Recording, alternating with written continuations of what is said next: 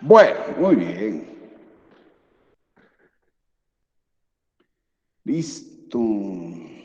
Bueno, iniciemos entonces nuestro temita. Glándula suprarrenal es muy simple. Creo que es más simple todavía que la glándula tiroides. Lo complejo de la suprarrenal es la parte fisiológica como tal. Entonces, la parte anatómica es muy sencillita. Vamos a mirarla. Bueno, todo lo primero que hago con la glándula suprarrenal es catalogarla. Es una glándula endocrina. La ubicación para ella, mira, así como está en la figurita, como está en este también de acá, la voy a encontrar en el borde superior renal, en el polo superior a nivel de riñón. Sin embargo, ella tiene algo de particular y es que tiene un medio de fijación con el riñón y un medio de fijación con músculo diafragma, toracoabdominales. Casi siempre, en los descensos renales, el riñón baja solito. ¿Por qué? Porque la unión que tiene el riñón con la suprarrenal es débil, mientras que la unión de la suprarrenal con el músculo diafragma es bastante fuerte. Ahí entonces habría que revisarlo. Entre riñón y suprarrenal hay un ligamento que se llama interreno suprarrenal. Y el ligamento que une la suprarrenal con el músculo diafragma, entonces será interreno o suprarreno, mejor, suprarreno diafragmático. Listo, no están completamente unidas, hay una separación entre ellas. En el descenso, lo único que las uniría sería el pedículo de la arteria suprarrenal inferior, que es la que la uniría con la arteria renal. De resto, ella nunca acompaña al riñón en su descenso, lo deja que se vaya solo. La ubicación para ellas, el tamaño promedio de ellas, aunque eso puede cambiar, las he visto pequeñas, grandes, medianas. Entonces es una historia variable ¿en cuanto a qué? En cuanto a su posicionalidad, pero igual hay que revisarlo. Mire que en promedio tienen ellas, distan entre sí más o menos entre 7 a 8 centímetros. Y ahí pecamos en ponerle, en promedio su diámetro está más o menos en 3 centímetros. Pero mire que me abstengo de darle longitudes porque mire la derecha es un poquito más alta que la izquierda. La derecha se ve un poquito más alta porque es más estrecha. La izquierda se ve más aplanada, es más bajita.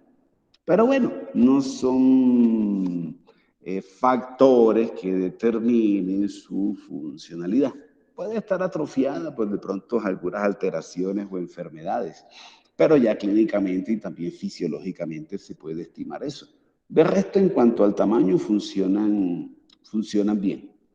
Está relacionada aquí con la región de los pilares del diafragma. Tiene dos relaciones diferentes. Las dos tendrán relaciones torácicas con costillas. Obviamente la izquierda tendrá de pronto un poquitico más relación que la derecha, porque el riñón derecho está un poco más descendido. Pero igual son relaciones que la pongo también con fondo de saco costal, mediastino costal posterior, con con el mediastino diafragmático, relaciones con onceava costilla y unas relaciones mediales que sí cambiarán, pero fue las mismas que tuvimos cuando revisábamos la parte renal. La suprarrenal derecha se va a unir, o se une, porque tiene un ligamento que la une que se llama suprarrenocavo o suprarrenocava con la vena cava inferior. Pero si ponemos este tubito aquí en todo su contexto, en toda la longitud, hay una relación derecha con glándula suprarrenal derecha, con vena cava inferior y una relación de suprarrenal izquierda, en este caso con aorta abdominal. Unas relaciones también de ella con el estómago, unas relaciones gástricas. Inclusive se acuerda la suprarrenal derecha también le pongo relaciones hepáticas. Había una relación hepática en el borde inferior del hígado, una impresión suprarrenal. De su parte anatómica quiero cortarla. En promedio, lo que uno puede estimar del parénquima a nivel suprarrenal es esto. Uno alcanza a ver tres diferentes regiones. Una región central que es la médula, una parte intermedia que se llama la corteza y la parte más externa que es la cápsula envoltoria. Pesa 12 gramos aproximadamente esta glandulita, es pequeñita. La corteza como tal tiene una implicación, es solamente un pequeño contexto. La funcionalidad de ella es mucho más compleja. Recuerde que si ya vieron esto en el riñón, riñón en histología, le hablaban que era una glándula también. El riñón secreta la eritropoyetina, que se encarga de la maduración de glóbulos rojos. Está junto con la suprarrenal en ese sistema intrínseco de control de presión arterial.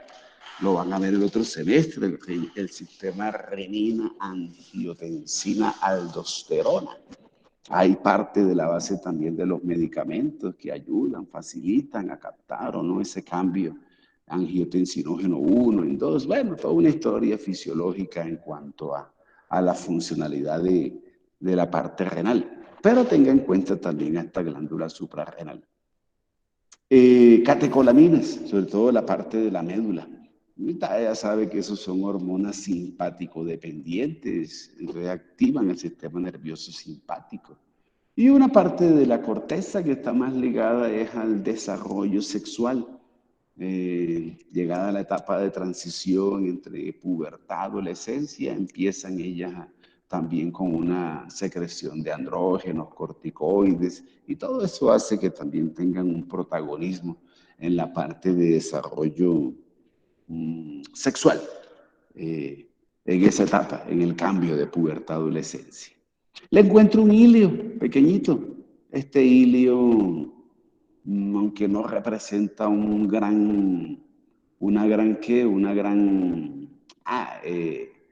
mejor, representa un gran área más que un área específica como veíamos en otros órganos, porque mire cómo tengo varias arterias que la abordan en diferentes, en diferentes regiones, tanto superior como media o inferior, pero se estima que la parte central está nada más por la emergencia de venas más que por la entrada de arterias.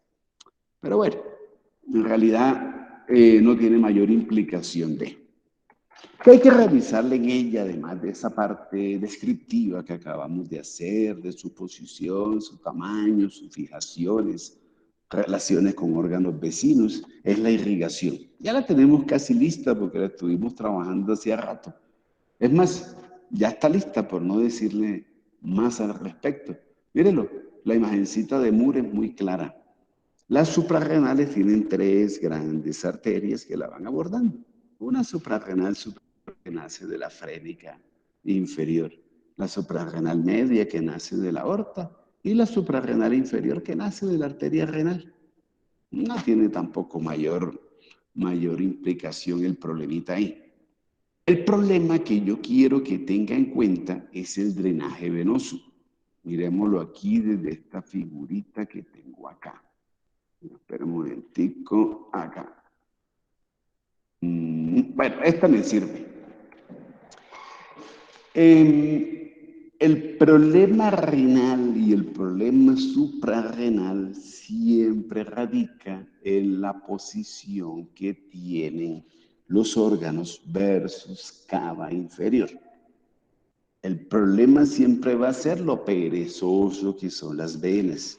Entonces yo le había contado en el lado derecho, tanto la irrigación renal como la irrigación del círculo renal, intrarrenal y exorrenal. Hago referencia a eso, la del círculo arterial exorrenal.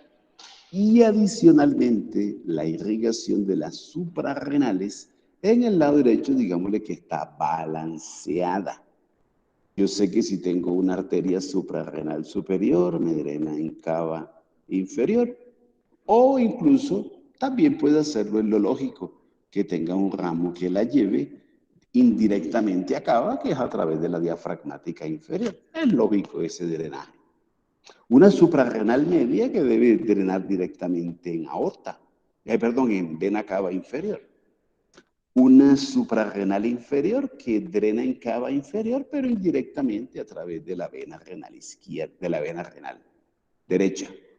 El problemita está en que ese balance de drenaje venoso en el lado derecho hacia cava no es igual que en el lado izquierdo. Incluso mire que en esta historia me toca ponerle una estructura que no tiene nada que ver con el riñón, que no tiene nada que ver con la suprarrenal, que es esta venita, la vena testicular derecha.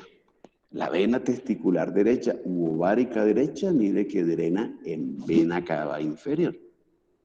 Entonces, un drenaje venoso balanceado entre suprarrenal, entre renal con sus círculos, con su círculo arterial perirrenal, con el drenaje venoso intrarrenal y con la testicular, que hay que introducirla ahí en esa historia, teniendo una predilección por cava inferior, más que de pronto recargar a la vena renal en drenaje venoso.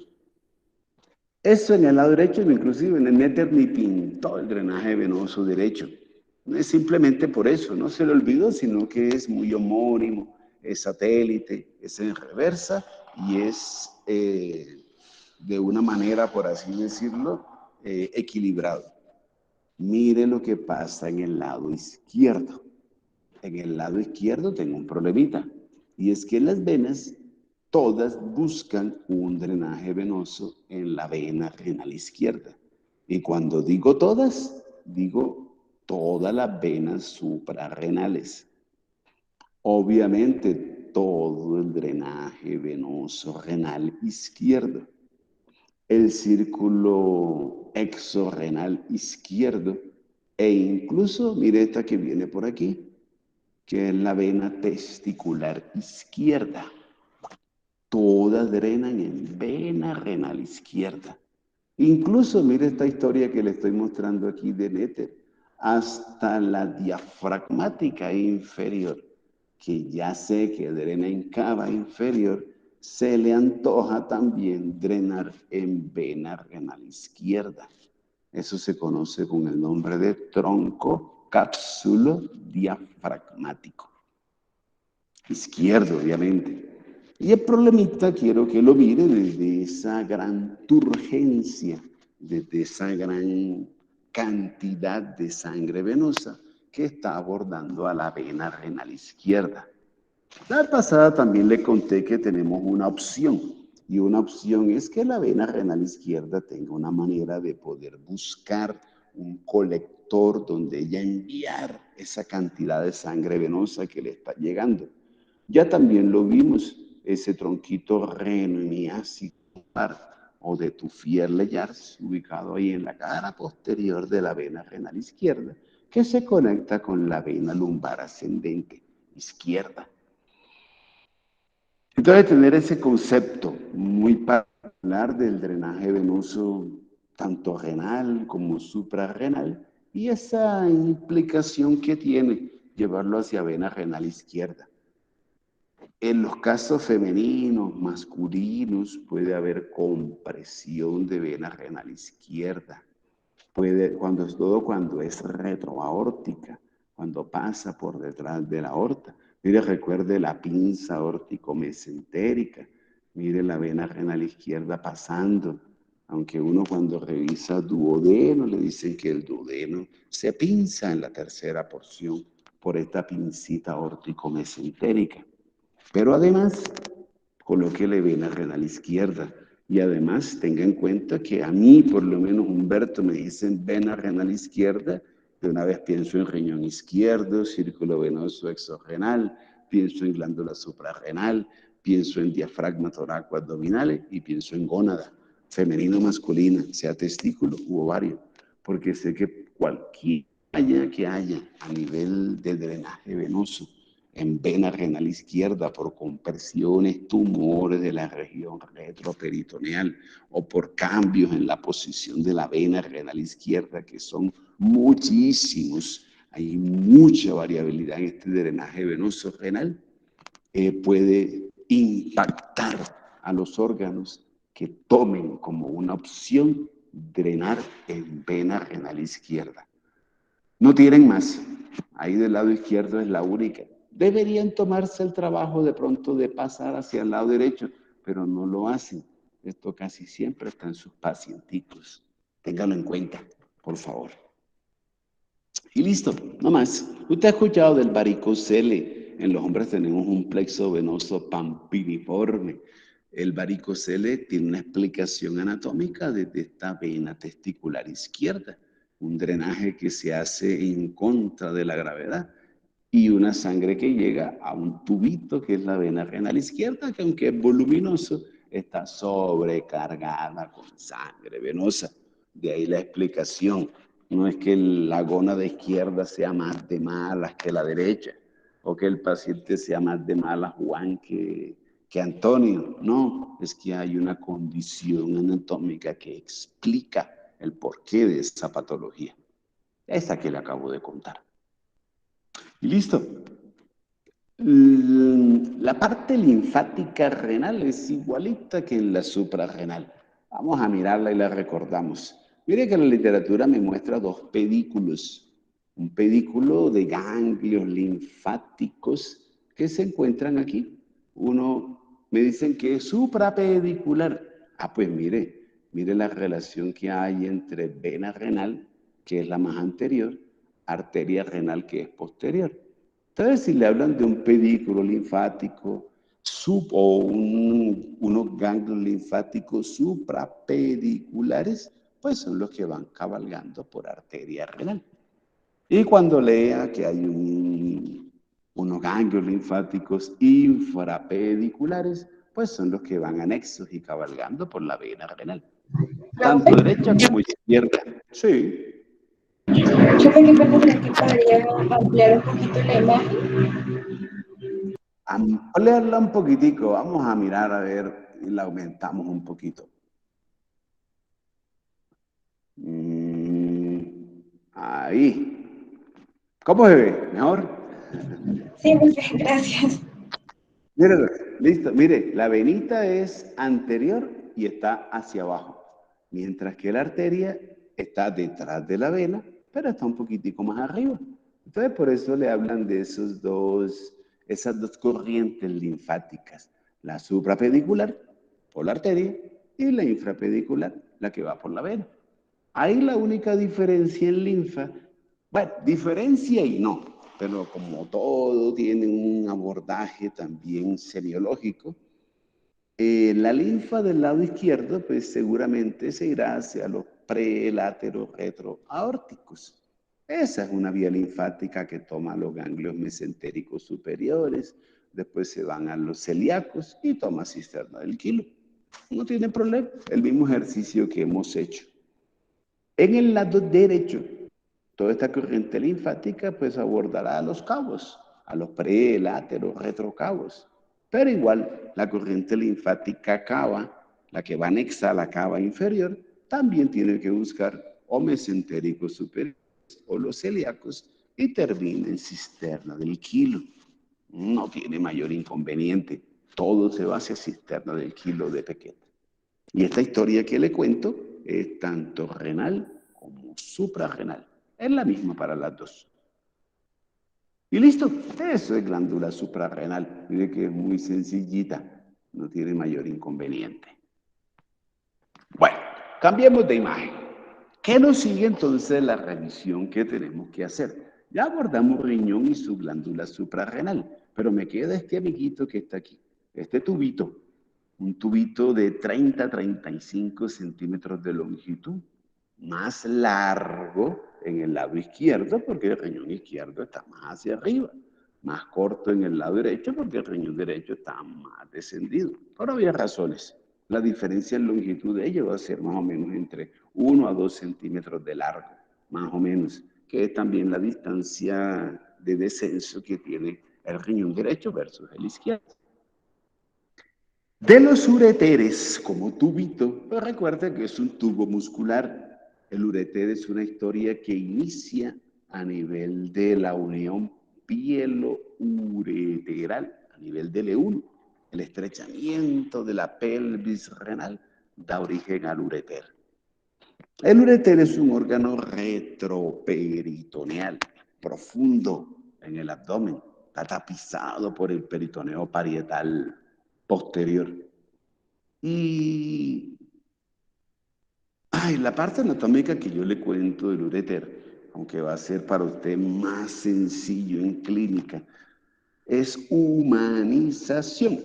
Porque tenemos pacientes con cálculos renales y tenemos pacientes que llegan con estos cálculos descendiendo por los ureteres, un cálculo que no está pulido, o sea, no es redondito, bonito, con las paredes simétricas, sino que es un cálculo que tiene es irregular en su superficie y con superficies que son filosas incluso.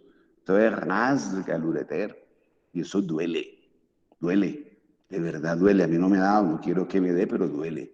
Entonces, humanización, estos dolores a nivel de los dolores relacionados con cálculo renal siempre son moderados, severos. Entonces, saber que el paciente tiene una patología que lo está haciendo bastante incómoda su vida, su proceso patológico. ¿Qué hay que revisar en él? ¿Qué quiero que tenga en cuenta? Uno, límite posterior. Tiene que ser músculo psoas major, tanto a la derecha como a la izquierda. Dos, una estructura anterior que lo cubre, el peritoneo parietal posterior. Va a ser la pared anterior del ureter. Pero mire que en su descenso también hay algo que está sucediendo, y es que estos que son los vasos arteriales y venosos, testiculares u ováricos, cruzan al ureter. Es la estructura más cercana que tiene el ureter en esta historia de su descenso y de alguien que se relacione con el que lo cruce, en este caso este paquete vascular. Al hablar de psoas major, y pues, aquí está la figurita perfecta. Mire, cara anterior del psoas major. Yo sé que por ahí tengo el nervio genitofemoral. Entonces también quiero que me coloque al nervio genitofemoral como un límite muy cercano, un vecino muy cercano que tiene el ureter, tanto a la derecha como a la izquierda. Anterior, no tan cercano, pero es un límite que tiene. Mire, aquí tengo la historia de las ramas derechas de la mesentérica superior. Arteria hilocólica, la cólica superior derecha. En el lado izquierdo, la cólica superior izquierda, la cólica inferior izquierda, el tronco de las sigmoideas, sobre todo la rama superior y la rama media. Son relaciones que tiene este ureter. Y si me voy hacia arribita, le voy a buscar también unas relaciones con duodeno, cuarta porción del duodeno, algunas relaciones también yeyunales, mire la flexura yeyunal en relación con pelvis renal, son muy cercanas. En el lado derecho están un poquito más distantes, pero mire, por algo Néter le colocó esta figurita. Él está con un duodeno a una segunda porción del duodeno y se la pone translúcida y le coloca ahí al tubito el ureter para llamarle la atención cuando usted revise esta historia geográfica, delimitatoria, de vecindad a ureter que se relaciona con segunda porción del duodeno. Su cruce, porque él deja de estar en la región posterior del abdomen y se va para cavidad pélvica, eso hace de que él se relacione con vasos ilíacos. Yo creo que ya lo vieron en teoría, si no en clínica seguramente también lo deberán revisar. Se llama la ley de Luschka. La ley de Luschka me dice que el riñón derecho, el ureter derecho, cuando pasa de la región retroperitoneal y va con destino a pelvis, tiene que pasar por aquí, por algo que se llama estrecho superior de la pelvis, y lo hace en relación con arteria ilíaca externa. Mientras que en el lado izquierdo, casi siempre lo encuentra uno en la arteria ilíaca primitiva izquierda. Esa es la famosa ley de Luschka. Aunque estas estructuras tienden a cambiar, tiene más connotación en la parte quirúrgica. Pero hay un problemita que debe tenerse en cuenta. Y es que en el ureter hay que revisarle estrecheces que él tiene, porque esas estrecheces también seguramente marcarán en el paciente picos de dolor. Una primera estrechez del ureter es en su inicio, en el estrechamiento que tiene la pelvis renal al transformarse en ureter. Entonces, ese estrechamiento ahí es un sitio también compresivo, aunque no lo tome compresivo porque alguien lo comprime, sino compresivo en el hecho de que se reduce las paredes del ureter. Primer estrechamiento en su inicio, a nivel del E1. Mire la figurita.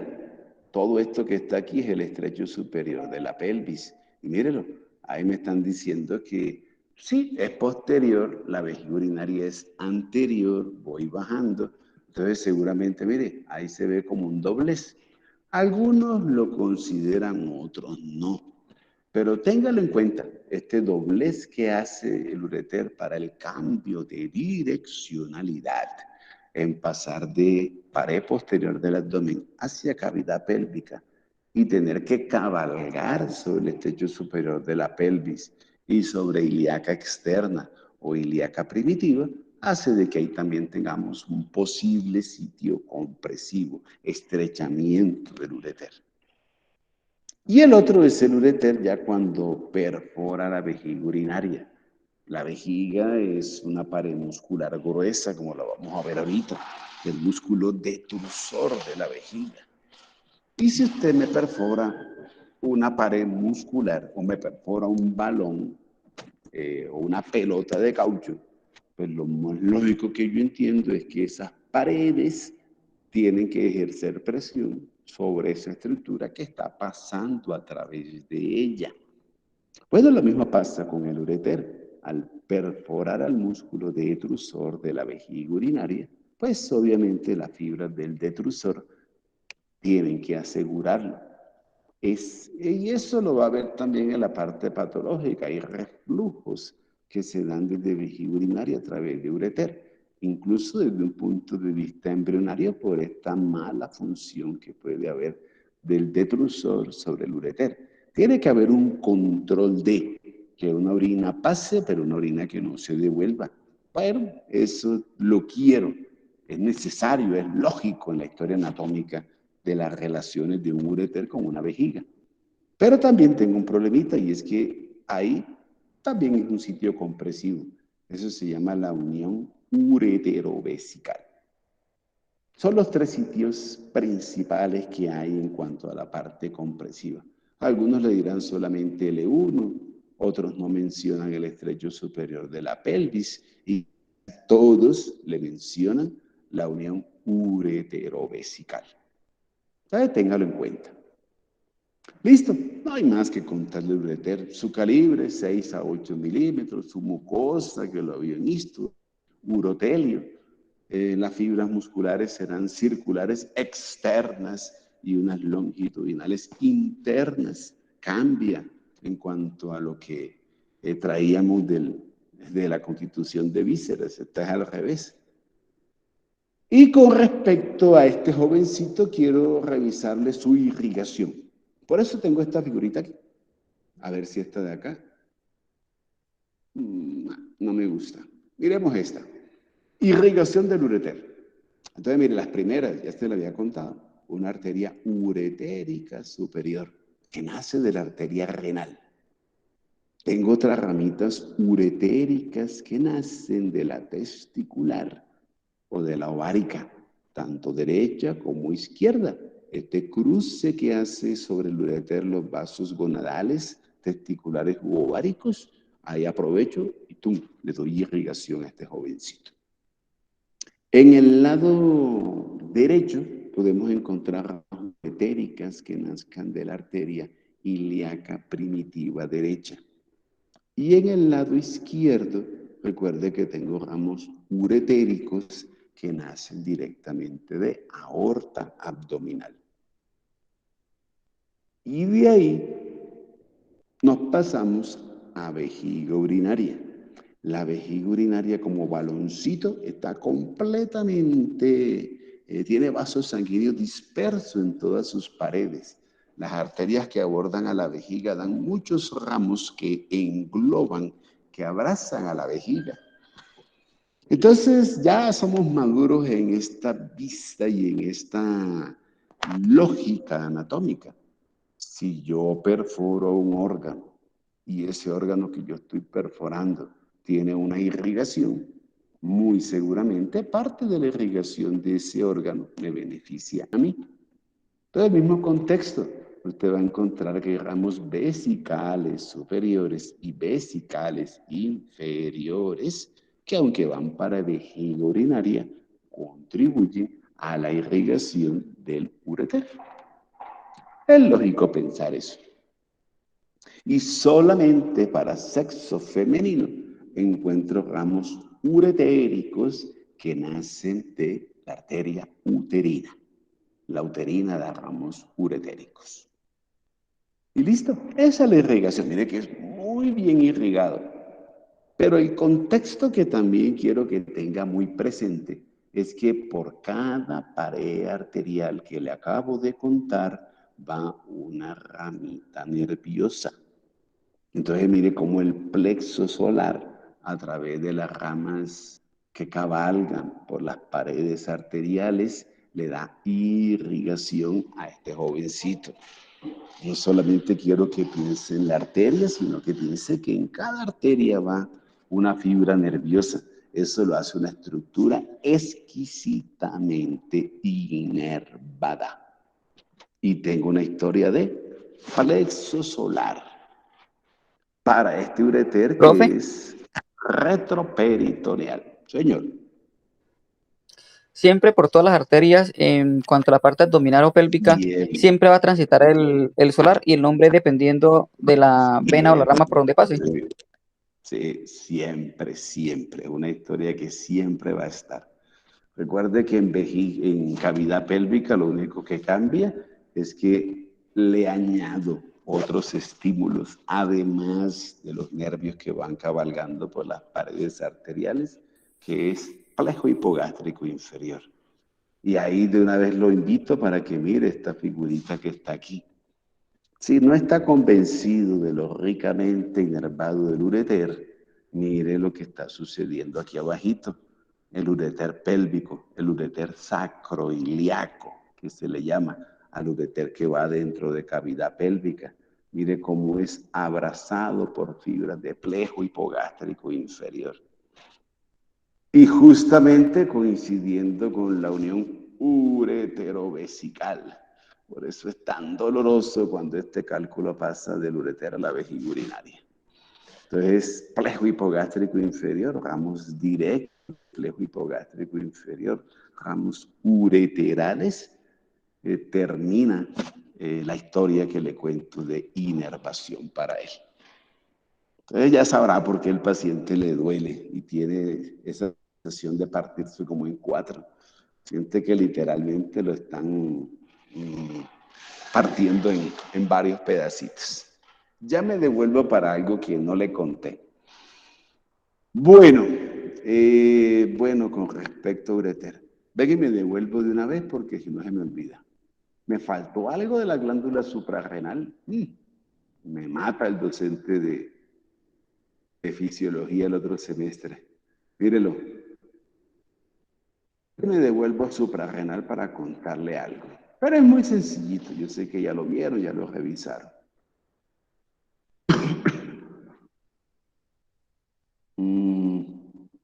Tengo la imagen ahora. No, me pasé.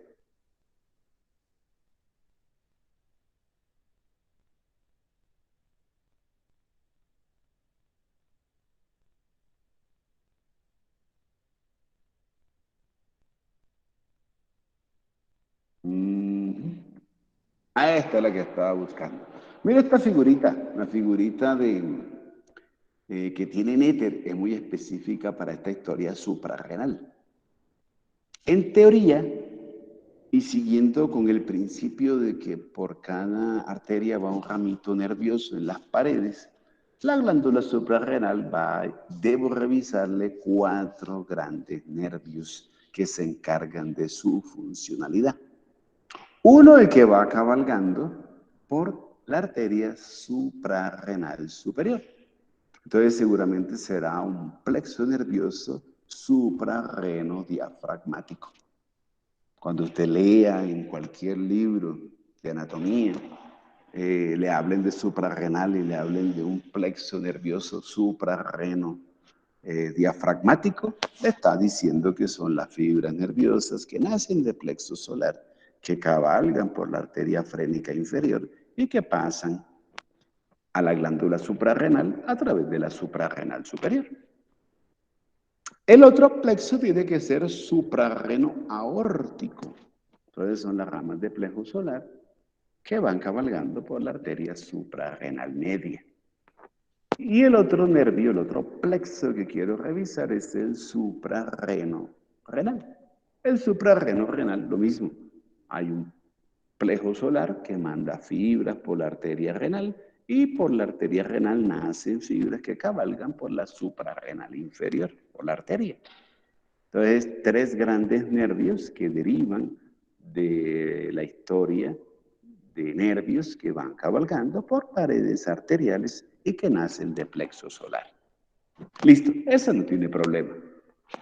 Lo único es que hay fibras directas del plexo solar que van con destino a la glándula suprarrenal y se consideran que son las más importantes. Entonces le digo plexo suprarrenosolar. El plexo suprarrenosolar se considera que es el más importante dentro del punto de vista funcional para la glándula suprarrenal. Y recuerde que es una historia nerviosa, recuerde que hay un sistema nervioso simpático, una suprarrenal que controla con adrenalina y no de adrenalina, con las catecolaminas, controla a un sistema nervioso simpático y un plexo solar que está nutrido por nervios esplácnico-torácicos o erectores de Eckhart. Entonces hay una historia ahí muy entrelazada. Como digo, lo importante no es simplemente repetir un capítulo como un lorito, porque eso no tiene sentido, sino que lo que leamos más adelante tenga una solidez, una base anatómica en la cual uno pueda ir conectando la transversalidad que uno busca en todo un pensum, es que cada materia tenga un lazo, una unión. Y no simplemente de que usted vea, por decir algo, no sé, una comunicación médica que más adelante, bueno, ¿y para qué? Hola, buenos días, ¿cómo estás? No, eso no es la comunicación médica, es otra cosa. Bueno, pero también está dentro de lo importante, pero eso ya son cosas de casa, el saludar, ser uno amable. Bueno, ahí me meto en cosas que no debo. Por poner un ejemplo, entonces también quiero que la bioquímica tenga un impacto más adelante en farmacología, que la morfología también. Entonces, poder enlazar una historia funcional fisiológica del suprarrenal con un contexto anatómico. Listo, ahí tengo la vía. Bueno, eso es lo que me había quedado pendiente. Vuelvo al ureter. Entonces, mire el ureter en cada una de las ramitas arteriales que van abordándolo y que le dan irrigación, por ahí van también plexos y van raíces nerviosas. Por eso el plexo solar es una estructura que tiene un mayor territorio en la inervación de ureter. Y al final, en cavidad pélvica, remato ese contexto sensitivo para el ureter, también motor, porque la contractilidad de esa pared es autónoma, músculo liso. Entonces también le pongo esas características especiales que tiene el plejo hipogástrico inferior dentro de la parte autónoma, motora, simpática, parasimpática y la parte sensitiva para esta estructura anatómica. Y listo. Con lo linfático para él, ahorita le cuento esta historia de acá, me voy a devolver. Lo linfático, a ver si tengo una imagen ahí, linfático, no, como que no está. Me devuelvo y miramos lo linfático del ureter. Y busco una de cavidad pélvica y hablamos de esa historia. Es una historia que no tiene mayor inconveniente ya para nosotros. Espere por aquí. Este equipo. Espejo.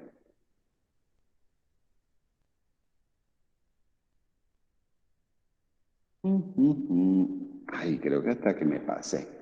Pero la busco.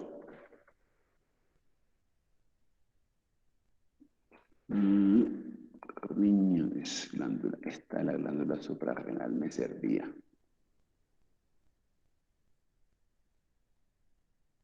Pero esta que está aquí. Bueno, vamos a ampliarla de tamaño.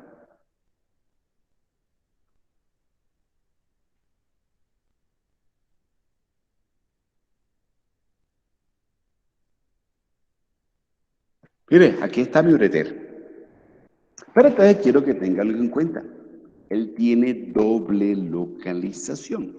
Es retroperitoneal, entonces está en cavidad abdominal, pero también tiene un recorrido intrapélvico, intrapelviano.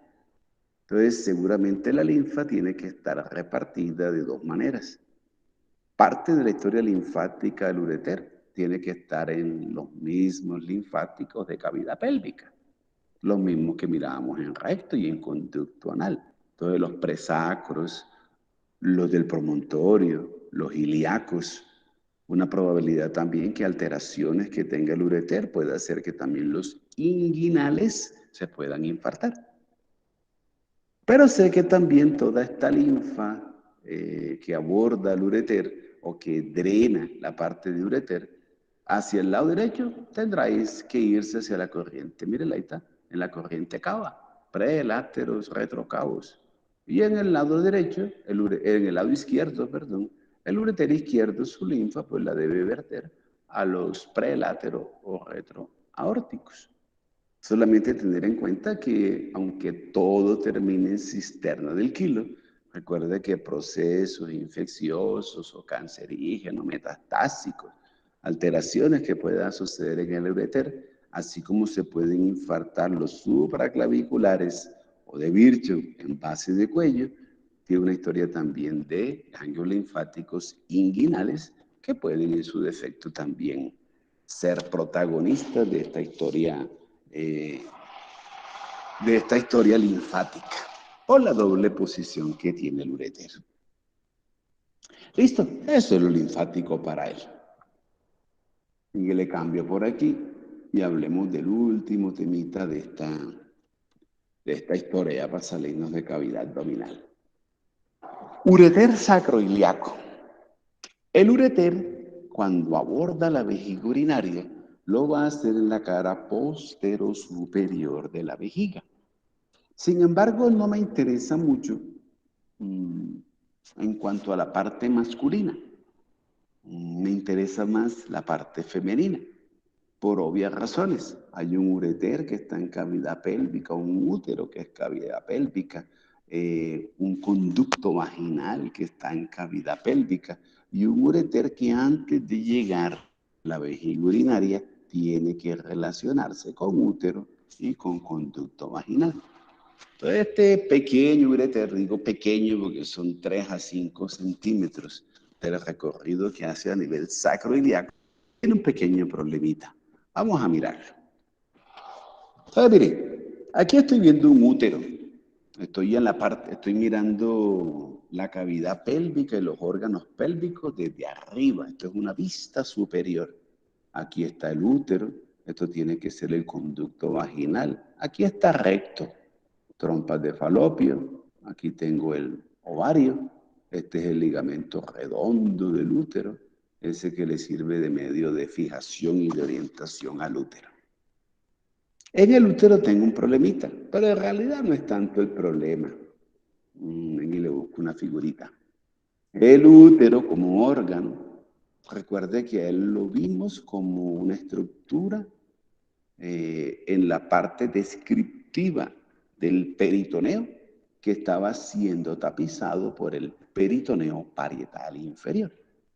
Entonces, este peritoneo parietal inferior, cuando transita por la cara inferior de la cavidad abdominal y cara superior de la cavidad pélvica, tiene que envolver al cuerpo del útero. Mire cómo lo envuelve por encima, lo envuelve por abajo. Y de esa envoltura que hace el peritoneo sobre el útero, mire que me quedan 2 hojas de peritoneo. Esto que usted está viendo aquí es la huella de peritoneo y esto que está aquí, esta es la misma huella del peritoneo, solamente que por debajo. A esta parte de peritoneo que tapiza el útero se le va a conocer, la debemos nombrar y vamos a revisarla, como el mesometrio del útero. Casi no utiliza ese término. Es más común llamarle ligamento ancho o mesenterio del útero. Cuando uno habla de ligamento ancho, de mesenterio del útero, está hablando simplemente del medio de fijación que tiene el útero. Y ese medio de fijación no es más que el peritoneo parietal inferior cuando lo tapiza. Tener en cuenta que son 2 hojitas, la hoja superior y la hoja inferior. Entonces son 2 láminas de peritoneo parietal inferior, que en el útero será peritoneo visceral. Por eso es mesenterio del útero. Ahora, el contexto es la posición que tiene el útero y que también será la misma posición que tiene este ligamento ancho. Yo estoy viendo una parte del ligamento ancho que está hacia anterior y una parte de este ligamento ancho que está hacia posterior. La parte anterior del ligamento ancho es la parte móvil de él. La parte posterior del ligamento ancho es la porción fija, es la base, es la raíz de este ligamento ancho. Y se conoce con el nombre de parametrio. Entonces, ¿cuál es el contexto? Mírelo, vuelvo a esta figurita. Meter aquí, mire que le pone una mancha amarilla. Esa mancha amarilla es ligamento ancho. Y le pone una manchita blanca. Bueno, lo que le conté, la historia de fascia pélvica. Tengo 2 estructuras que están inmersas en la historia de darle sostén a los órganos pélvicos. Una que se llama la verdadera, que se llama fascia pélvica, o sacro, recto, génito, vesículo, pubiana, y la otra que es el ligamento ancho. Listo. ¿Por qué quiero esta historia? Porque mire que Netter hizo una disección. Aquí se lo está mostrando como uno pudiera encontrarlo en cualquier cadáver femenino que uno diseque. Encuentra una parte de peritoneo que emerge del borde lateral del cuerpo del útero y que busca inserción en las caras laterales e internas de la cavidad pélvica. Eso es el ligamento ancho.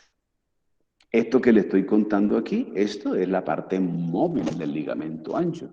Y esta parte que está acá debe ser la parte fija, poco móvil del ligamento ancho, que es el parametrio.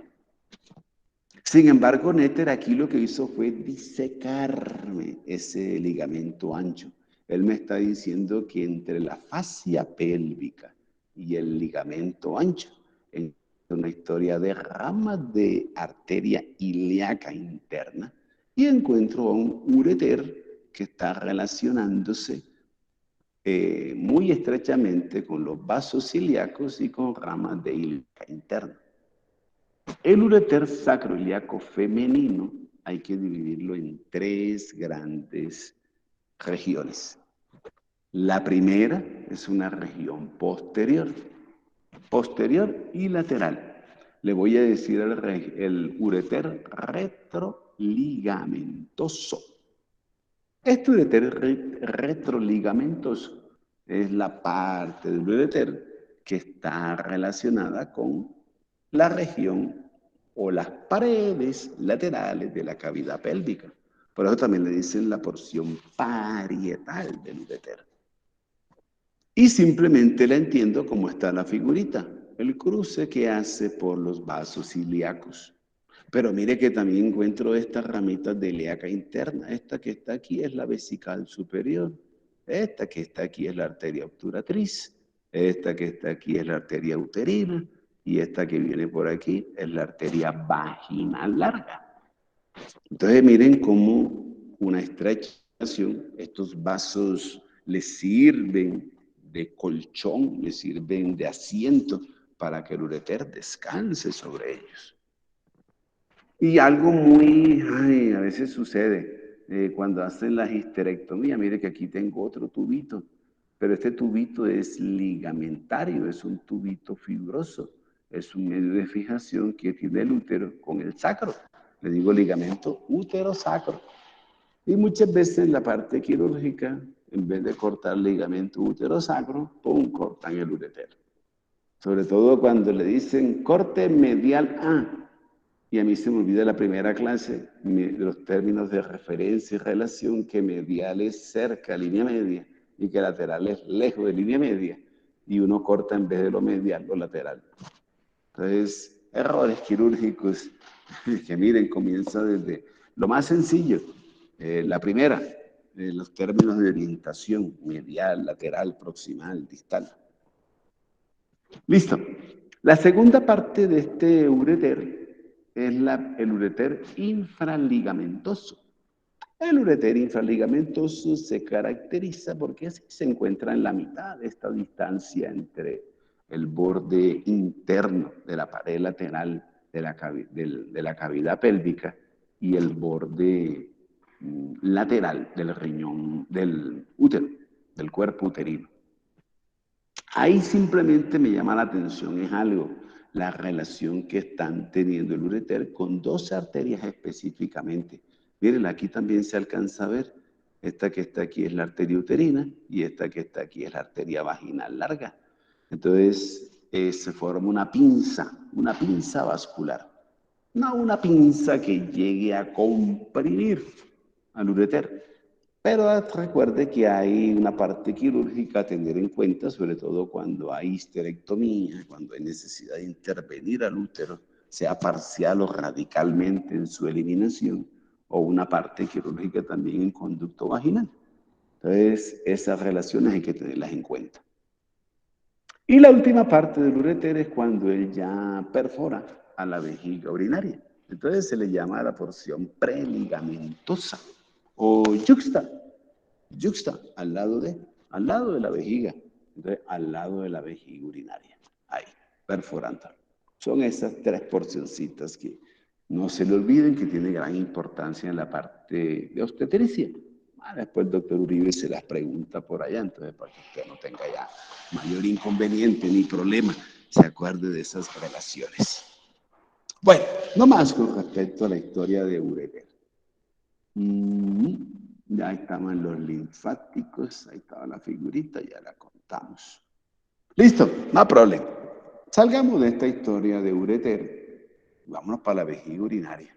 Y cierro esto por aquí y vamos a poner esta de acá. Bueno, listo. Cambiamos, ya salimos de cavidad abdominal. Ya hicimos todo el recorrido, ya ubicamos estructuras en cavidad abdominal. Ahora quiero ir a cavidad pélvica. Y en cavidad, esto que está aquí es la sínfisis del pubis. Esto es la parte anterior, externa. Esta es la parte posterior o interna de la sínfisis del pubis. La vejiga urinaria que está contra la sínfisis del pubis en su cara interna. Es un órgano que se entiende que es como vejiga, es un hueco. Entonces es un reservorio muscular, membranoso. Entonces le dicen que es músculo membranoso. Con esa particularidad está situado en la parte anterior y media de la cavidad pélvica. Es un órgano mediano, único, entre 250 a 300 centímetros cúbicos le cabe en orina. Y es tanta la pared muscular del ureter que incluso algunos autores dicen que pudiera uno inclusive llevarlo a un extremo de que le albergue hasta 2 o 3 litros si lo llevo a su máxima capacidad. Pero bueno, eso no es fisiológicamente aceptable. Las paredes tienden a ser siempre paredes gruesas. Ya le voy a contar la constitución de la pared. Le habla de una adventicia que es su cubierta más externa. Y le colocan nombre, porque se llama la vaina alantoidea de Velvet. Es la estructura que tapiza, que envuelve a esta vejiga urinaria. Y dentro de esta parte anatómica de vejiga, mírelo, ahí ya la corté, esto es un corte coronal. Esto es una vejiga urinaria masculina. Mire, ahí estoy viendo la próstata ahí a los laditos. De esta historia de vejiga urinaria y de musculatura, aunque aquí no se muestre tan bonita como yo quisiera, simplemente revisarle que estas estructuras anatómicas que tienen esta gran capacidad para distenderse, pero también para volver a una posición anatómica inicial, deben tener unas fibras musculares muy robustas para poder ejercer esa funcionalidad, no solamente una, dos, tres, cuatro, cinco veces y repetitivo durante todo el día y durante todo el ciclo de vida. Entonces, por eso hay que revisarle unas capas superficiales, que son fibras longitudinales, una capa media, que serán fibras circulares, y una capa interna de fibras plexiformes. Bueno, entrecrucen los dedos, eso es plexiforme, como las fibras se intercruzan entre sí. El entrecruzamiento de fibras musculares hace ese término plexiforme, para entenderlo como más específicamente. Y le pongo estas relaciones porque son necesarias. Ya la ubiqué en la parte anterior e inferior de la cavidad pélvica. Pero también quiero colocarle vecinos a esta historia. Un vecino que ya teníamos, el ilio. Un vecino también que le habíamos colocado, que además de ser vecino hace parte de un medio de fijación, va a ser el peritoneo parietal inferior. Solamente que tengo dos historias de género. Recuerde que en el hombre se forma el receso recto vesical. En la mujer tengo el receso recto uterino y aquí el receso vesículo uterino. Unas relaciones de vejiga urinaria que también sé que cambian, porque en la vejiga urinaria masculina tengo un ilio, que es la relación más directa que tiene, un recto que está ubicado en la parte posterior. Mientras que, mire, aquí en la figura femenina tengo una vejiga urinaria con una relación posterior que es conducto vaginal, una relación superior y también posterior que es útero, y una relación superior y que también será anterior con la parte de vísceras delgadas, con ilio principalmente. La historia de la configuración interna, ahí le hice ahí le señalicé para que no se vare cuando revise las figuritas, las diapositivas. A veces uno de los temas más largos que hay en anatomía es vejiga urinaria. Y después primero vejiga urinaria, el más duro, y después oído. Entonces uno le vejiga y uy, se le cruzan los cables. Pero es muy facilita. Miren, lo corto. Al cortarlo quiero ver su configuración interna. Entonces la configuración interna simplemente estoy buscando, mire, aquí estoy viendo la llegada de los dos ureteres, estos dos huequitos que están aquí. Pero también me dicen que estos dos ureteres, el sitio de terminación, mire que tiene algo como dispuesto transversalmente que ayuda a fijar a los ureteres. Eso le voy a decir que es un rodete ureteral. Tiene más o menos unos 3 centímetros de longitud.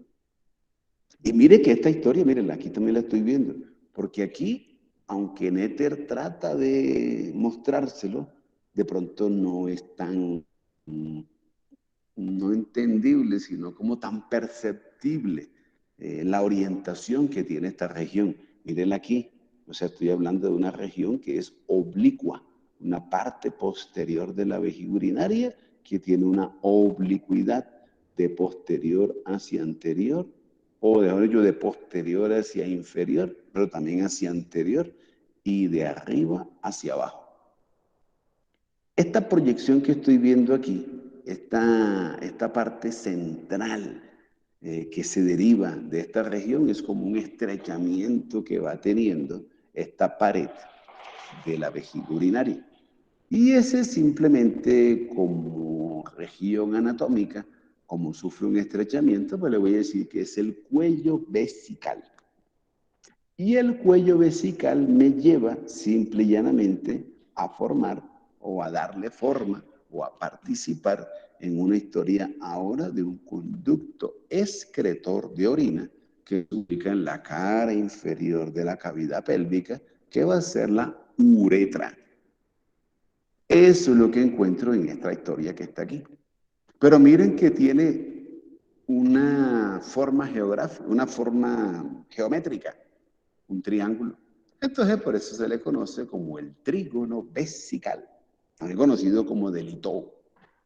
Trígono vesical o delito, dos orificios ureterales y un cuello vesical, pero también un inicio de la vía excretora de la orina, que va a ser la uretra.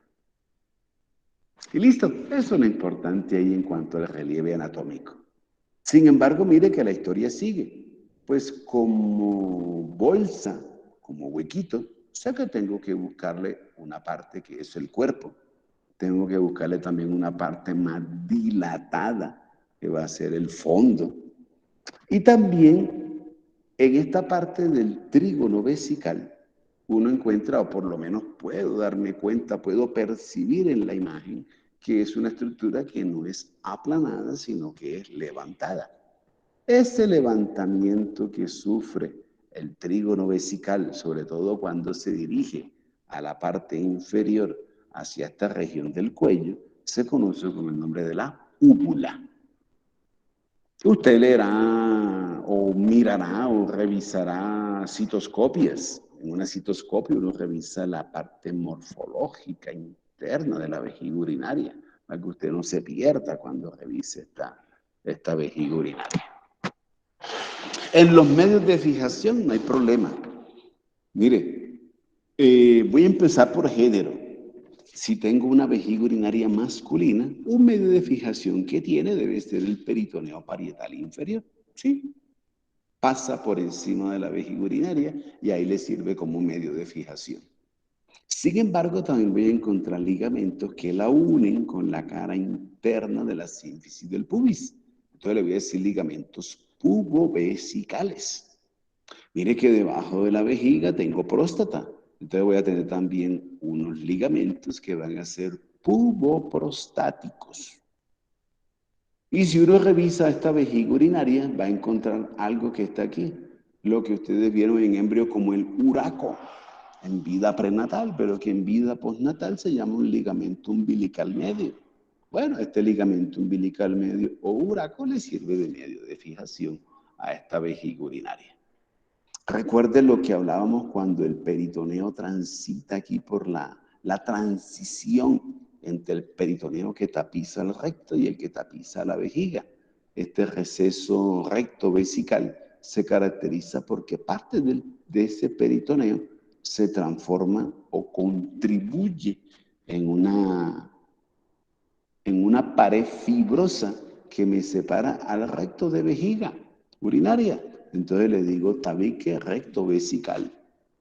Y también veo que tengo, mira, ahí se ve la linecita, Leter la pintó, una parte de este tabique que ahora que se proyecta hacia abajo y que me separa el recto de próstata. Entonces le digo un tabique recto prostático.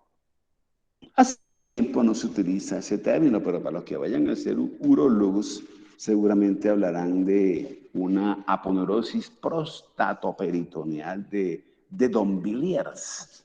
Es lo mismo que le estoy contando. Esa aponeurosis prostatoperitoneal hace parte de la historia del tabique recto vesical y recto prostático. Y listo, ahí tengo los medios de fijación. Otro medio de fijación que no es el más directamente para él, pero como tengo una uretra que veo que sale de la cara inferior de la vejiga, que atraviesa la próstata y que atraviesa esto, que es el músculo levatorani, estas conexiones uretrales también contribuyen como medio de fijación para vejiga urinaria. Y listo, Está la masculina. En femenino tengo un problemita. Y recuerde que además del peritoneo parietal inferior, el útero.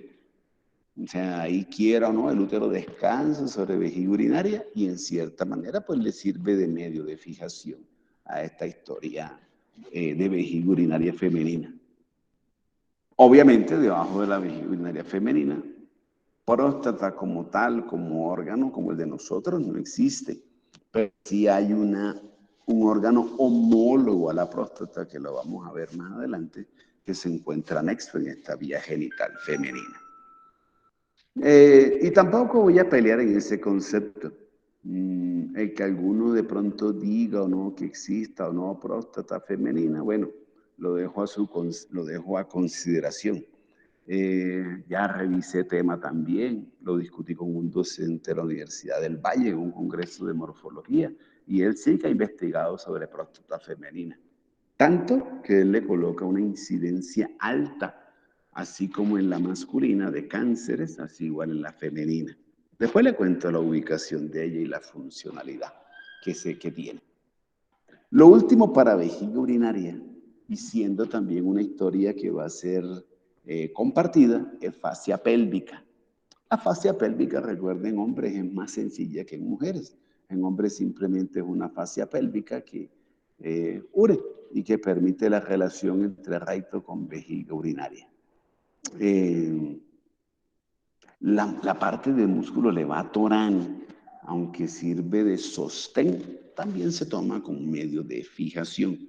Cuando yo sostengo, fijo también. Entonces también téngalo presente en la historia de fijación de vejiga urinaria. ¿Qué me queda en esta última revisión para esta jovencita? La vascularización. Ahí tengo un pequeño problemita. Tengo que recurrir a embriología. Le devuelvo esta imagen. Usted en embrio revisó unas arterias umbilicales. Unas arterias umbilicales que iban desde el ombligo y que se relacionaban con vejiga urinaria. Era una relación que había de irrigación compartida entre vejiga urinaria y pared anterior e interna del abdomen. Pero eso es en vida prenatal. En vida postnatal, la arteria umbilical involuciona y me queda un ligamento umbilical medial. Bueno, siendo así, cualquier texto que usted revise en irrigación le va a decir que la vejiga urinaria tiene una ramita arterial que nace de ilíaca interna, que se llama la arteria umbilico-vesical. Pero que la umbilico-vesical, mire la imagen de Néter, mírela. Aquí veo arteria y de pronto veo una arteria que da una rama en vejiga urinaria, pero después una arteria que ya no me la pintan roja, sino de color blanco. Eso es el ligamento umbilical medial. Estos fueron las arterias umbilicales que involucionaron. Por eso en literatura le dicen que la arteria umbilico-vesical tiene dos partes. Una parte no permeable, que es el ligamento umbilical medial, y una parte permeable, que le voy a llamar arteria vesical superior. ¿Listo? Esa es la primera historia. Arteria umbilico-vesical, sus dos partecitas, la no permeable y la permeable. La permeable, pues, vesical superior, la que tenemos todos. Y una no permeable, que también tenemos todos, pero que se transformó, que involucionó y que en su momento prenatal fue arteria umbilical medial, pero que postnatal se transforma en, bueno, una arteria umbilical, perdón, y que en vida prenatal, y que en vida postnatal involucionó y se transformó en un ligamento umbilical medial. Listo, esa no tiene problema. El problema con irrigación de vejiga urinaria masculina es la rama vesical inferior, también conocida como genitrovesical. Bueno, venga y le cuento la historia, no tiene problema, mire. Aquí está la vejiga urinaria. Mire lo que estoy viendo aquí, mire la historia. Aquí estoy viendo una vejiga urinaria. Usted hoy y nunca se le puede olvidar algo. Sí, por la cara posterior e inferior te encuentra ahí esta parte de ureter. Ya, listo, eso está subsanado. Pero le está mirando también que la vejiga urinaria tiene una estructura que es superior y lateral a ella. Esta estructura que usted está viendo que transita por todo el borde superior y lateral de la vejiga urinaria es parte de la vía espermática masculina. Tómelo tal cual como está aquí. Es un conducto que nace en la bolsa escrotal, un conducto que tiene un origen a nivel de la historia de testículo. Allá en testículo le amplío mucho mejor eso, ahorita no. Eso tiene su momento cuando veamos la vía espermática masculina y que debe ser el que transporta los espermatozoides. Los espermatozoides se originan aquí en el parénquima testicular, tienen que viajar por este conductico que es el conducto deferente que transita por un conducto inguinal y que entra a la cavidad pélvica. En cavidad pélvica lo ubico superior y lateral con respecto a la vejiga urinaria y lo llevo hasta la cara posterior de la vejiga urinaria. Ahí en la cara posterior de la vejiga, en esto lo que usted está viendo aquí, es lo mismo que está acá. Solamente que aquí lo está viendo de lado y aquí quiero que lo mire de frente. Esto es la cara posterior de la vejiga y aquí está la cara posterior de la vejiga. ¿Qué hay en esa cara posterior de la vejiga urinaria? Mire, este conductico que está aquí, que de pronto se aumenta de tamaño, ¿qué va a ser el conducto deferente? Y esto que se llama la ampolla deferencial. Y en la cara posterior de la vejiga estoy viendo como una bolsita. Esa bolsita es también parte de la vía espermática masculina y le voy a decir vesícula seminal. Entonces, cuando yo pienso en vejiga y pienso en la cara posterior de la vejiga urinaria, hago esas referencias anatómicas. Pienso en un ureter, pienso en un conducto deferente y pienso en una vesícula seminal. Y listo, hasta ahí esa parte. Y cuando pienso en vejiga urinaria y lo que está por debajo, pues ya le había contado que está la próstata. Entonces, listo, es sencillito. La arteria vesical inferior, esta que está aquí, también le dicen que se llama genitovesical. O sea que tiene que cumplir esas funciones que dice el nombre. La vesical inferior, genitovesical, me va a dar una ramita que se llama vesículo deferencial y una ramita que se llama vesículo prostática.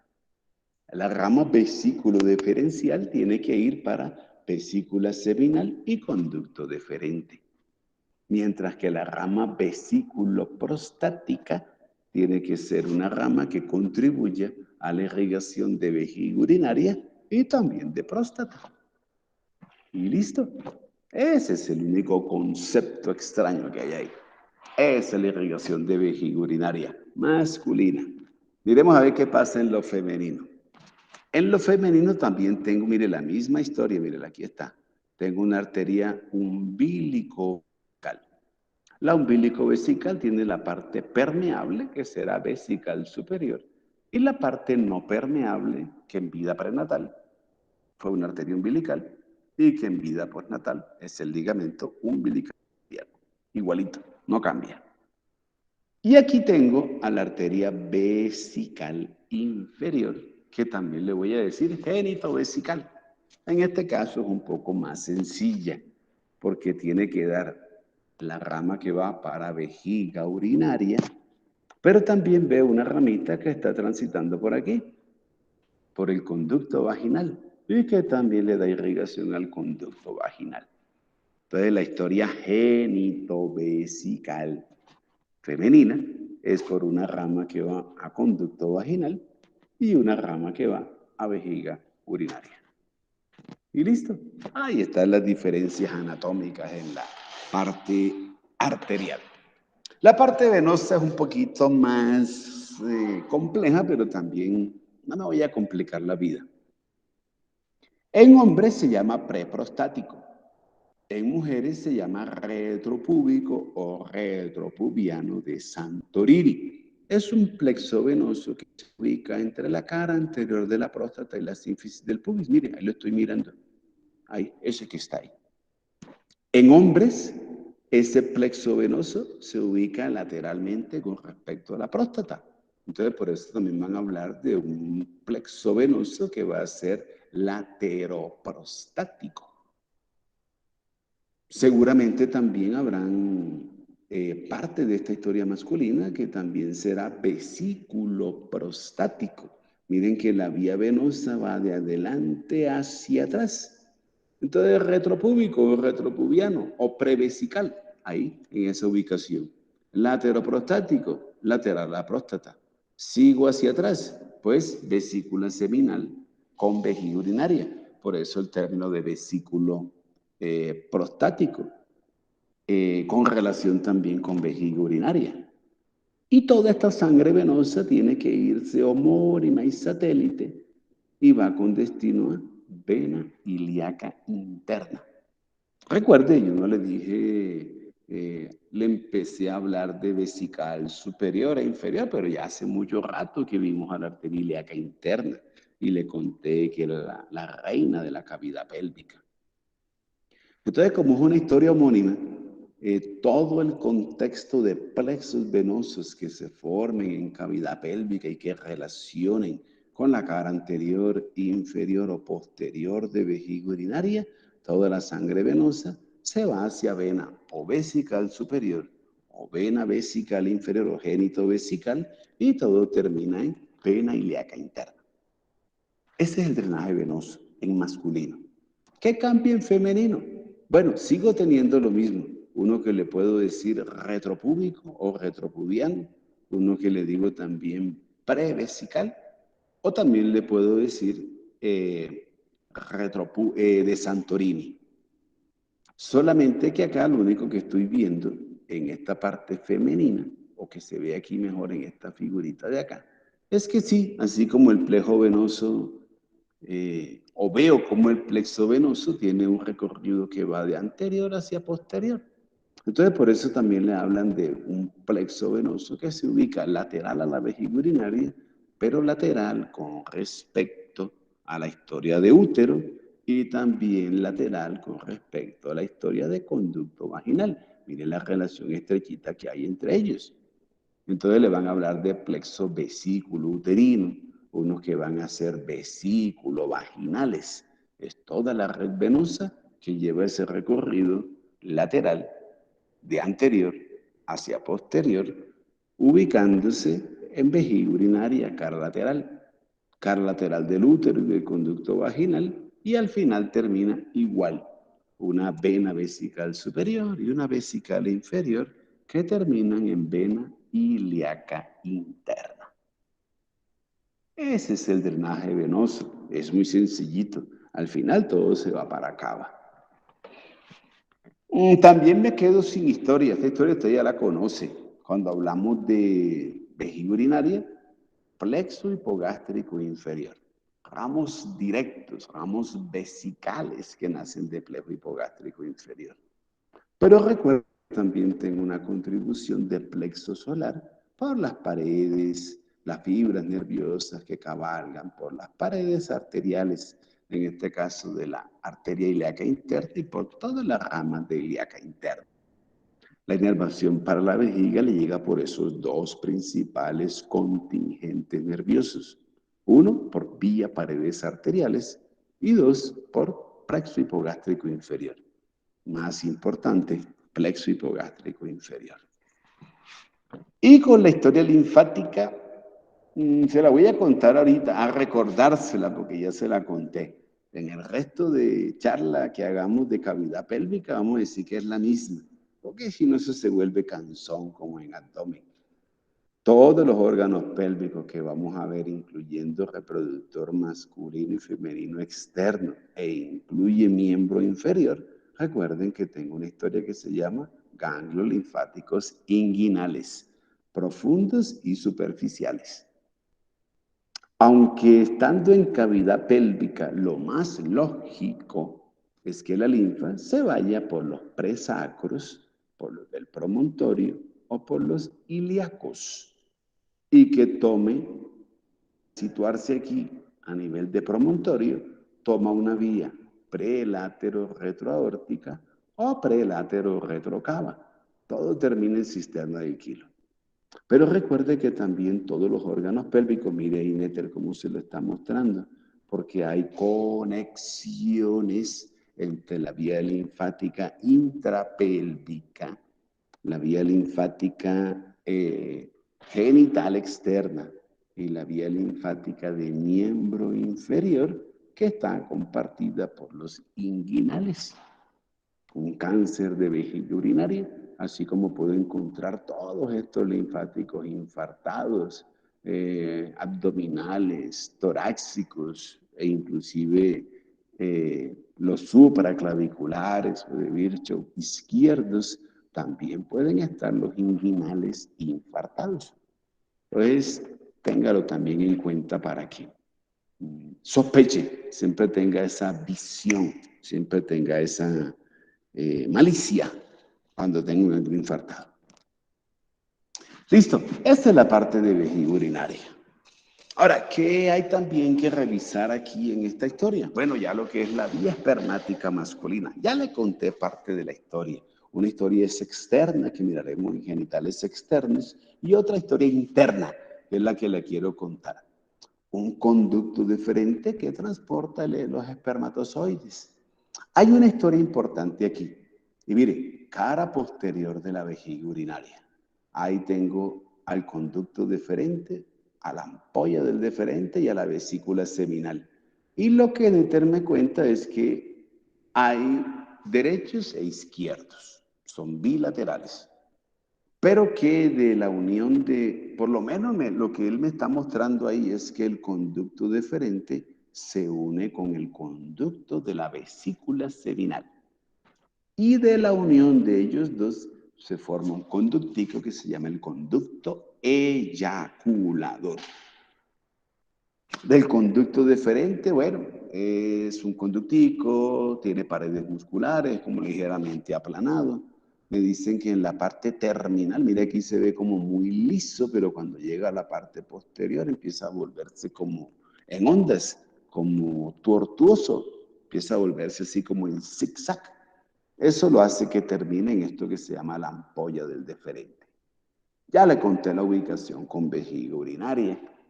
La longitud en promedio de él, de la parte intrapélvica, son de 20 a 25 centímetros aproximadamente. Los otros 22 centímetros o los otros 27 centímetros es en la vía genital externa, la que miraremos después. ¿Qué hay que entonces hablar con este respecto? Mire, aquí le hice un corte.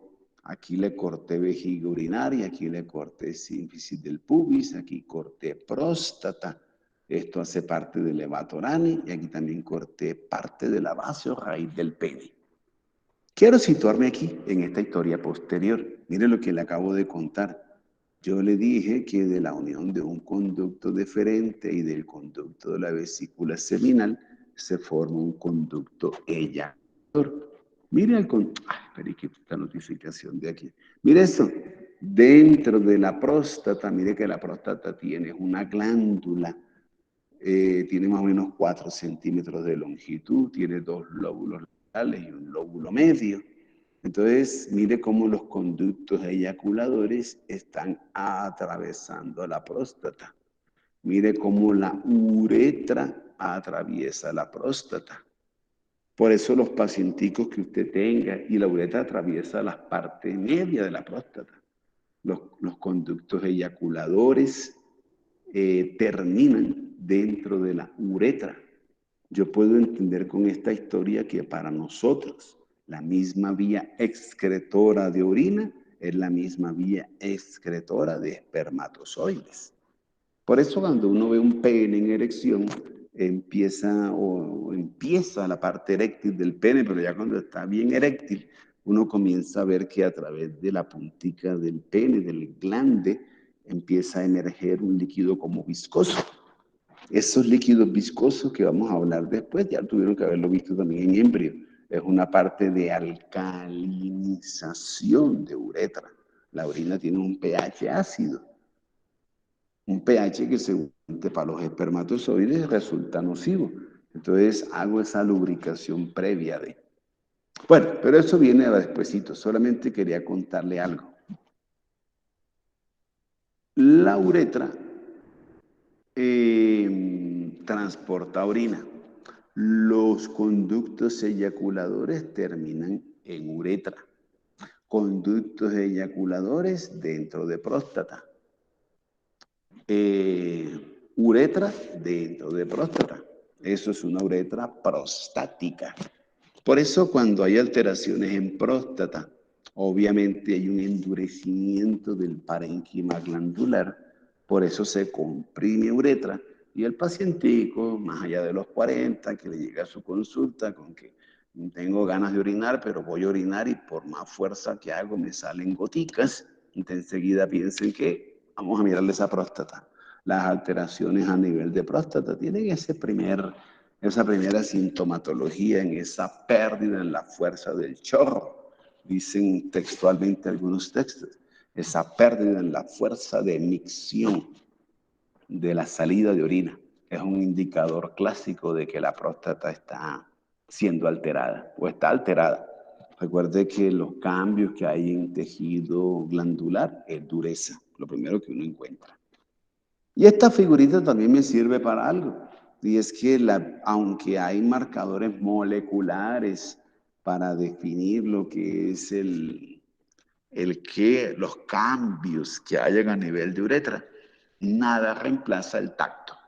Entonces el tacto rectal o el dedo a través del conducto anal es como la maniobra o es el procedimiento clínico principal dentro de la historia de inspeccionar a este parénquima de la glándula prostática. Ese es el problema. Una parte ahí como de masculinidad que parece que cambia al momento de hacerse este tipo de exámenes y por eso tanto cáncer de próstata y mortalidad por una bobada en un examen que, como cualquier examen rutinario, sexo femenino, toca a la mujer también, posición ginecológica, abrir las piernas y con un hisopo tomarle la muestra en el cuello uterino, la citología, la prueba de Papá Nicolau. Hay exámenes que no son los más agradables, pero que en este caso dan muy de la mano con una parte preventiva y agresiva que tiene el cáncer de próstata. Entonces también para que lo tenga en cuenta. Listo. Hablar de vesículas seminales es un reservorio. Hay dos, derechos e izquierdas. Las secreciones de ellas son más proteicas para darle energía a esos espermatozoides, para que tengan toda esa fuerza para llegar y poder fecundar un osito, un óvulo. Sirve también como reservorio de espermatozoides, tiene como una forma elongada, como alargada, un extremo inferior que es un extremo estrecho e inferior que va a ser póstero-inferior, un extremo superior que es póstero-lateral, es como la parte más dilatada, también tiene un fondo, tiene un cuerpo, en fin, le doy actividades. Diferentes tamaños, también hay pequeñas, hay unas medianas, otras grandes, pero en promedio 5 a 6 centímetros de longitud. Una capacidad entre 5 a 10 centímetros cúbicos y, bueno, como es el hongo, como tiene una parte ancha y una estrecha, entonces varían los diámetros, van desde 3 hasta 1.5. Y listo, por darle propiedades a ella. Recuerde, una relación por delante que es con vejiga urinaria, una relación posterior que es con recto, una relación superior con el receso recto vesical, una relación inferior que es con próstata y con ese conducto eyaculador que formamos. Listo, la irrigación ya se la conté. Ya le conté que había una génito vesical o vesical inferior y que por ende esa ramita que es vesículo deferencial es la que le da irrigación a ella. Entonces rama vesículo deferencial de una génito vesical o vesical inferior que nace de ilíaca interna. Lo venoso igual, una red venosa que es lateroprostática o vesículo prostática, una vesículo deferencial. Todo eso se va con destino a vena ilíaca interna. Lo linfático, igual, no nos va a cambiar la parte linfática. Y en la inervación sigue habiendo el mismo contexto. Una inervación para esta vía genital masculina representada en deferente y en vesícula seminal por ramos de plejo hipogástrico inferior, pero también por los ramos nerviosos que cabalgan por paredes arteriales. Y listo, una relación posterior que no se me olvide con recto. Ah, sí, ya les había contado. Relación con recto. Y listo. Segundo abordaje o tercer abordaje de la historia de hoy, próstata. La próstata es una glándula. Como glandulita, ya le había contado, 3, 4 centímetros de longitud, 20 a 25 gramos. La voy a ubicar a ella hacia atrás, recto. Hacia adelante, sínfisis del pubis. Hacia abajo debe ser músculo diafragma pelvicus. Específicamente esto que se llama el diafragma urogenitale. Parte del diafragma pelvicus, pero también músculo levatorani, específicamente esos fascículos más internos, mediales del levatorani, me forman este diafragma urogenital. Una relación superior que se da con vejiga urinaria. Y hablar de próstata también implica mirar en ella que como glándula uno le encuentra en su parénquima más o menos entre 20 a 30 conducticos. De esos 20 a 30 conducticos representan en realidad unos 30 a 40 islotes de glándulas que hay dispuestas tanto en su parte, lateral como en su parte media, que ya la había contado. Sin embargo, me gusta más esta imagen para poder entender mejor esta historia. Venga y le coloco por aquí. Mírela, esta me encanta. Porque mire que usted aquí está mirando uretra y próstata, pero lo está mirando desde una vista lateral. Yo quiero mirar desde una vista anterior cuál es esa relación tan íntima que tiene uretra con próstata. Y tan íntima, pues ya le conté que atraviesa la próstata, pero mire que aquí se ve otra historia diferente. Entonces, mire, próstata y uretra prostática. ¿Qué reviso en la cara posterior de esta historia? Lo siguiente. Lo primero, usted va a ver que en la uretra prostática se encuentra una elevación, una eminencia. Esta elevación se le llama el verum montanum o también se le llama colículo seminal. Y dentro de ese verum montanum o colículo seminal usted encuentra un huequito. El huequito se llama el utrículo prostático. El utrículo prostático representa un conducto único donde sale la mayor cantidad de secreción de la próstata. La próstata como glándula contribuye aproximadamente en un 25% de una eyaculación. Una cuarta parte de todo lo que sale en una eyaculación es contenido prostático. Le da volumen a eyaculación. Le dije único pensando en el utrículo, pero no pensando en la glándula como tal. Porque mire que a nivel de la cara posterior de esta historia de de la uretra prostática, estoy viendo muchos huequitos. Estos huequitos están representando conductos prostáticos accesorios que drenan dentro de la uretra prostática, que no se unieron no se unieron o no tuvieron afluencia en el utrículo prostático, sino que tuvieron drenaje en sitios diferentes de la uretra.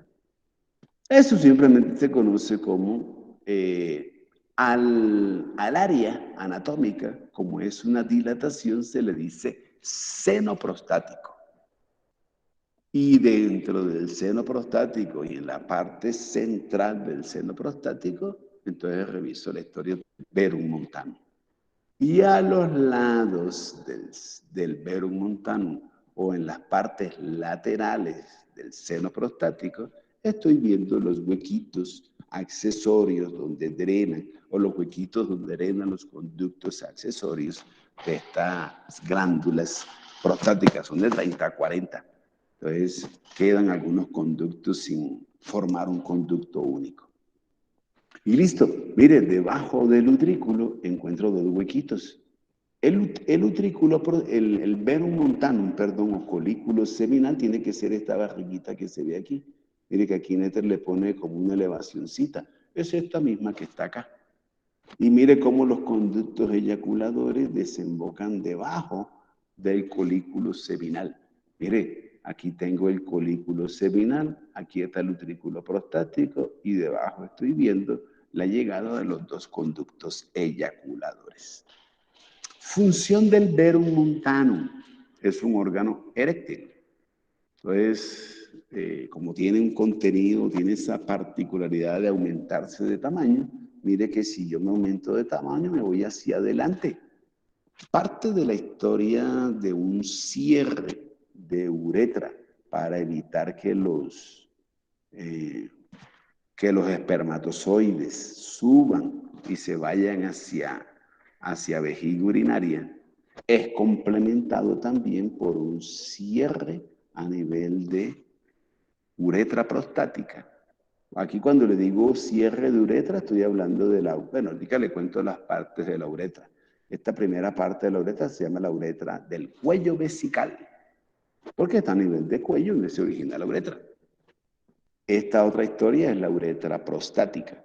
Entonces, al momento de una relación sexual y cuando hay erección, se contrae el músculo del cuello de la uretra. También se aumenta de tamaño el verum montanum. Y al aumentarse de tamaño, pues también cierra este espacio de la uretra prostática. La idea es que los espermatozoides puedan pasar y seguir una direccionalidad hacia abajo y no irse hacia arriba. Por eso la explicación que durante una erección, una verdadera erección, tratar de hacer micción, pues es una tarea casi imposible, es bastante difícil, por no decir que imposible, son dos cosas que no pueden estar de la mano. En una erección completa, en una erección firme. Listo, esa es la historia que está ahí. A los laditos, vean, no todos los orificios que se encuentran aquí en el seno prostático son de la secreción prostática. Hay otros orificios que se llaman periuretrales. Estos orificios periuretrales entonces son de unas glándulas que están a todo lo largo de la uretra y son glándulas que tienen que proveer también lubricación de la uretra. Y necesito conectar la historia de seno prostático, la historia de verum montanum, con la úvula de la vejiga urinaria. Mire cómo la úvula, como la montañita que le conté que era elevada, mire cómo se proyecta hacia abajo. Esa proyección de la úvula hacia el verum montanum se conoce con el nombre de cresta uretral. Cresta uretral. Y listo, ahí tengo la parte anatómica de esa región específica. Porque necesito hablar de toda la uretra. Ahora sí vamos a hacer recorrido de toda la uretra masculina. La uretra masculina es una estructura de más o menos 18, 20 a 25 centímetros de longitud. Le voy a ubicar dos huequitos. un huequito que está aquí, en la parte inferior de la vejiga urinaria. Entonces le voy a decir orificio uretral interno. Y otro agujerito que está acá, en el glande, en la parte más redondeada, anterior, que tiene el pene. Y ahí le voy a encontrar otro orificio que le voy a decir orificio uretral externo. Y de todo este recorrido de la uretra le voy a colocar partes. La primera parte de la uretra se llama la uretra del cuello vesical, también conocida como preprostática, está antes de la próstata. Es una uretra que mide más o menos entre 1 a 1.5 centímetros de longitud. La otra parte de la uretra es la uretra que está atravesando a la próstata. Entonces le digo uretra prostática. Esa sí tiene más o menos 3.5, 4 centímetros de longitud. La otra es la uretra membranosa. Tiene más o menos 1.5 centímetros de longitud y es la uretra que está pasando o transitando a través de este levatorani, a través de este diafragma urogenital. Y después sigue una uretra que va transitando por todo lo que es el pene. Mire que yo aquí le corté un pene, le hice un corte coronal del pene. Uno le ve como 3 cilindros dentro. Estos son los cuerpos eréctiles. Unos son los cuerpos cavernosos y este que está acá abajo es el cuerpo esponjoso. Mire que en el centro del cuerpo esponjoso hay un huequito. Y mire que se llama uretra. Sí, la uretra masculina transita todo lo que es pene. Dos partes de pene. Un pene que se ve externamente, que es el pene propiamente dicho. Y hay una parte de pene que no se alcanza a ver, que está aquí entre el isquion y el pubis, en la rama isquiopúbica, en la cara interna de la rama isquiopúbica. Y eso van a ser los cuerpos cavernosos. Esto es base o raíz de pene. El pene que no vemos, que está más profundo. Listo, eso también se lo cuento más adelante. Entonces, simplemente esta historia es para que usted vea y tenga muy presente que hay una uretra que va transitando y que se encuentra, mire, perforando al cuerpo esponjoso. Entonces le voy a decir uretra esponjosa, de más o menos 15 a 16 centímetros de longitud. Y listo, esa es la historia de la...